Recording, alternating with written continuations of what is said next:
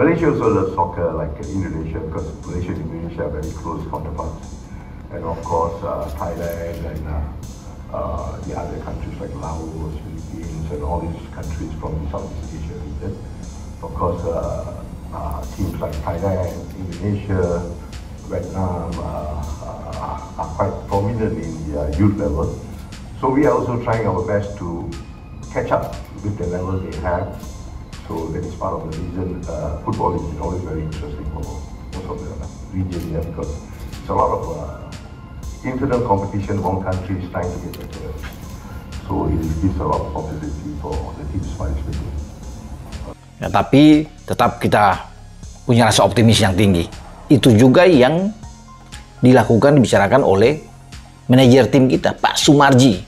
Ini Pak Sumarji bilang nggak ada kata lain, kita harus menang, tidak gentar menghadapi ocehan omongan apapun dari pihak sebelah.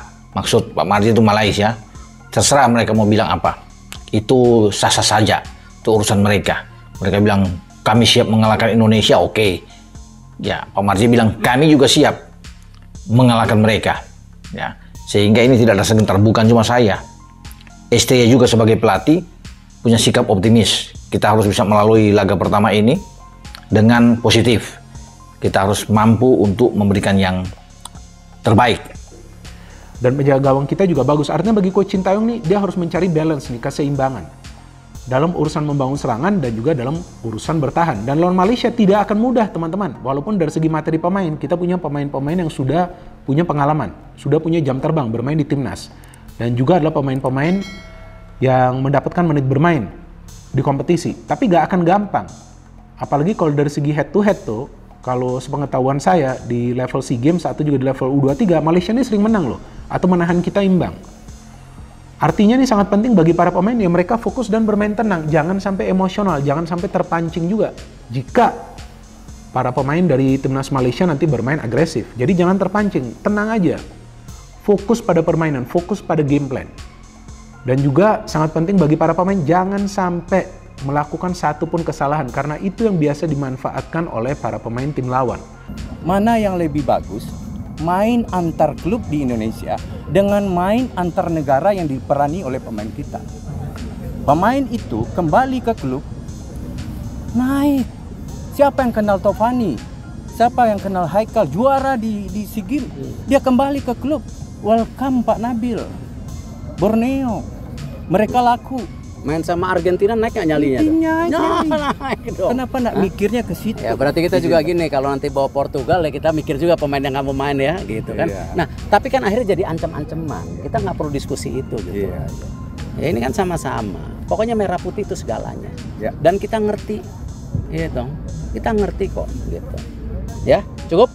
Ini setelah melalui perdebatan, perseteruan antara Ketua Badan Tim Nasional Indonesia Kombes Pol Sumarji dengan Bernardo Tavares dan Thomas Doll. Akhirnya Sintayong mengambil sikap yang bijaksana. Bijaksana ya, ini karena dia di sana berarti bijaksana. Kalau di sini bijak sini.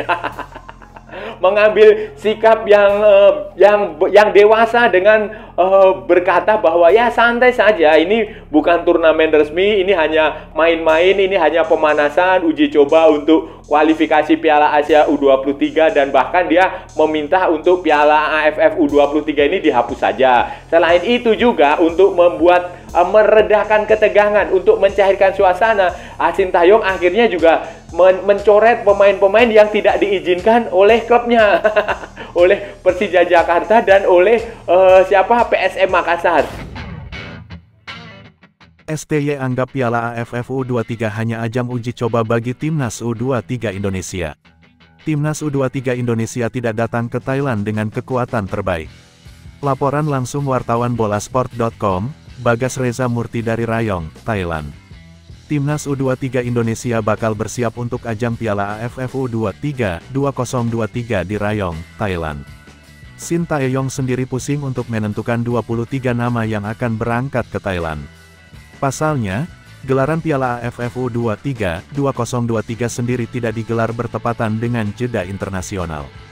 Tentu, Hal ini membuat beberapa klub enggan melepas pemainnya ke TC Timnas U23 Indonesia. Terbaru, ada Persija Jakarta dan PSM Makassar yang tidak melepas pemainnya ke Timnas U23 Indonesia. Timnas U23 Indonesia juga tidak diperkuat oleh sejumlah bintangnya yang sukses meraih medali emas SEA Games 2023, seperti Marcelino Ferdinand, Rizky Ridho, Witan Sulaiman, hingga Adi Satrio. Shin Tae-yong pada acara konferensi pers di Rayong, Thailand sebelum laga perdana Timnas U23 Indonesia, Kamis tanggal 17 Agustus tahun 2023 pun angkat bicara. Pelatih asal Korea Selatan tersebut mengaku kesulitan mendapatkan para pemain yang ia inginkan untuk bergabung dengan Timnas U23 Indonesia. Hal ini membuat persiapan Timnas U23 Indonesia sedikit terhambat. Tentu, kesulitan ini juga dialami oleh rival segrup Timnas U23 Indonesia pada Piala AFF U23 2023. Sejujurnya dengan Anda, terkait persiapan skuad, ini tidak terlalu bagus, ujar Shin Tae-yong di hadapan awak media termasuk bolasport.com. Tak hanya itu, ini tidak hanya berlaku untuk tim kita, tetapi juga berlaku untuk semua tim peserta di sini. Indonesia, Timor Leste, juga Malaysia dan saya pikir Vietnam juga berada dalam situasi yang sama, lanjutnya. Shin Tae-yong pun memahami salah satu alasan di balik itu adalah jadwal liga domestik di negara-negara ASEAN masih berlangsung. Saya berkata demikian karena liga domestik masih berlangsung, ujar Shin Tae-yong. Jadi, sebagai pelatih kepala dari Timnas U23 Indonesia, saya tidak bisa membawa para pemain yang saya inginkan. Dan inilah yang saya bawa saat ini. Banyak pemain yang siap tampil di liga bersama klub masing-masing, saya tidak bisa membawanya ke sini, lanjutnya. Dengan segala faktor inilah, Shin Tae-yong pun menyebut turnamen Piala AFF U23 2023 hanya sebagai uji coba semata. Jadi, menurut saya, turnamen ini tak lebih terlihat dari sekedar turnamen persahabatan, tutupnya. Timnas U23 Indonesia sendiri bakal membuka petualangannya saat berjumpa Malaysia pada tanggal 18 Agustus tahun 2023. 2 hari kemudian, Garuda Muda bakal menantang Timor Leste pada laga terakhir fase grup. Timnas Malaysia U23 menjanjikan perlawanan sengit saat menghadapi Timnas Indonesia U23 pada laga pertama Piala AFF U23 2023 yang akan berlangsung Jumat, 18/8, malam. Duel Malaysia vs Indonesia bakal terjadi di Stadion Provinsi Rayong, Thailand.